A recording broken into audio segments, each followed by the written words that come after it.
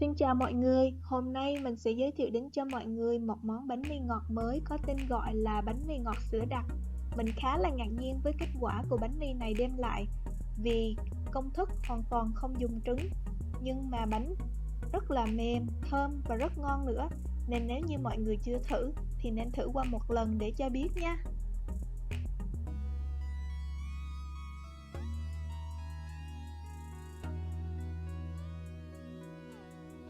Đầu tiên là mình sẽ cho vào là 330g bột mì, 55g đường và 6g men nở instant và quậy đều.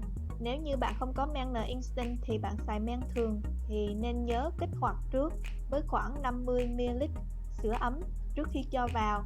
Và sau đó mình sẽ cho vào là 3g muối và 35g sữa đặc. Sữa đặc thì mình xài hiệu gì cũng được. Và cuối cùng là 235g sữa tươi không đường và mình sẽ quậy đều.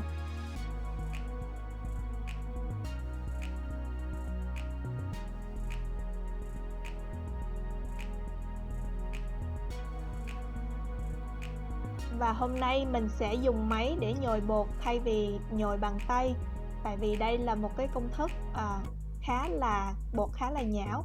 Mình bắt đầu với cái tốc độ thấp nhất cho 30 cho 45 giây để cho bột và sữa được hòa quyện với nhau. Sau đó mình sẽ tăng tốc lên số 4 cho khoảng 4 phút. Cái máy mình xài hôm nay gọi là cái máy KitchenAid 6W cho 590W nên nó khá là mạnh. Và sau đó mình sẽ, khi mà bột đã không còn dính ở thành tô nữa thì mình sẽ cho vào là 30g bơ không muối ở nhiệt độ phòng. Và mình sẽ đánh cho tới khi mà bột và bơ nó hòa quyện vào nhau và nó sẽ không còn dính vào cái thành tô giống như vậy nữa. Mình sẽ dừng máy lại khoảng 3 tới 4 phút để cho máy được nghỉ và kiểm tra cái màng của bột.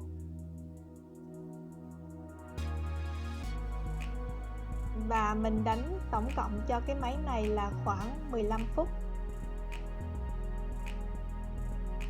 thì bột nó sẽ mịn và kéo màng được.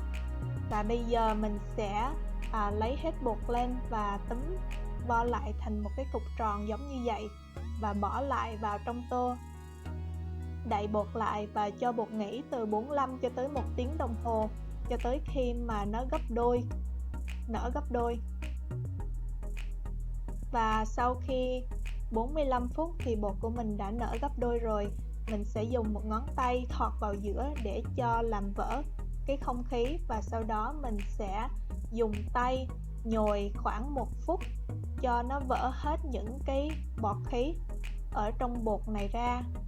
Và sau đó mình sẽ chia ra làm thành 16 phần bằng nhau.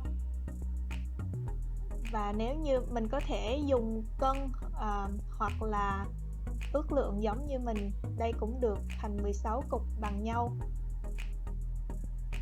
Và mình nhớ là dùng một cái màng bọc thực phẩm để bọc những cái cục mà mình đã chia ra. Và sau đó mình sẽ túm những cái đầu này lại với nhau và ve tròn lại giống như thế này.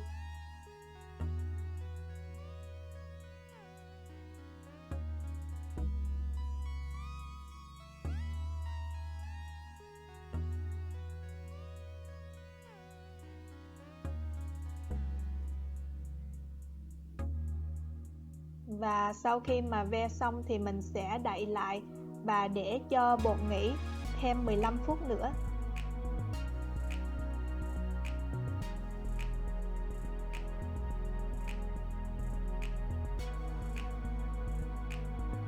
Sau 15 phút thì mình bắt đầu nặn bánh để cho vào khuôn.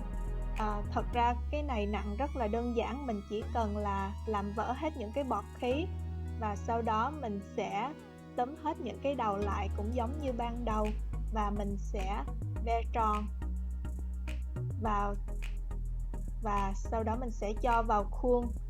Khuôn mình xài hôm nay đó là khuôn hình vuông nó có kích thước là 24cm cho tới 5cm, và mình sẽ lót những cái giấy nén để cho nó không dính, và mình cũng vẽ tròn giống như vậy và cho vào khuôn. Mình dẹp xuống cho nó phá vỡ hết những cái bọt khí, và sau đó mình sẽ túm lại và vẽ tròn xuống giống như thế này. Mình sẽ tiếp tục làm cho đến khi hết, và sau đó mình sẽ dùng một cái khăn và đậy lại để cho bột nghỉ từ 30 cho tới 45 phút. Và sau khi 30 tới 45 phút thì bột của mình đã nở lên rồi. Bây giờ mình sẽ làm nóng lò ở 300 độ F hoặc 150 độ C. Sau đó mình sẽ rắc một ít bột mì ở trên bề mặt giống như thế này trước khi đi nướng ở 300 độ F hoặc 150 độ C cho 20 phút. Ta-da! Vậy là bánh mì của mình đã ra lò sau 20 phút. Nhìn có hấp dẫn không nào? Bánh mì này rất là ngon, mình rất là ngạc nhiên với kết quả khi mà lần đầu tiên mình thử. Tại vì mình tưởng rằng bánh mì mà không có trứng thì thường sẽ rất dễ bị khô. Nhưng bánh mì này nó lại mềm và thơm cực kỳ, rất là ngon nữa. Để mình xé ra cho mọi người thấy là nó mềm và dai giống như thế nào ha. Bánh ngon lắm, để qua ngày hôm sau vẫn còn ngon giống như lúc mới nướng. Thơm, mềm. Có thể đây là một trong những cái bánh mì ngọt mà mình thích nhất.